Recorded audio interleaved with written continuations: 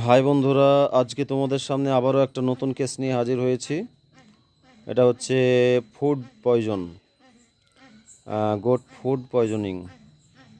যে কোনো মাঠের ঘাস জাতীয় টক্সিন জাতীয় কিছু এদের বডিতে চলে যায়, যার কারণে এটা পয়জনে পরিণত হয়ে যায় এবং সিমটোমেটিক এগুলো সব ধীরে ধীরে পেট ফাঁপা শুরু হবে এবং নানান রকম সমস্যার ঝিঁকুনি এগুলো চলে আসবে। তো ফুড পয়জন যাতে না হয় এদিকে আমাদেরকে সতর্ক থাকতে হবে।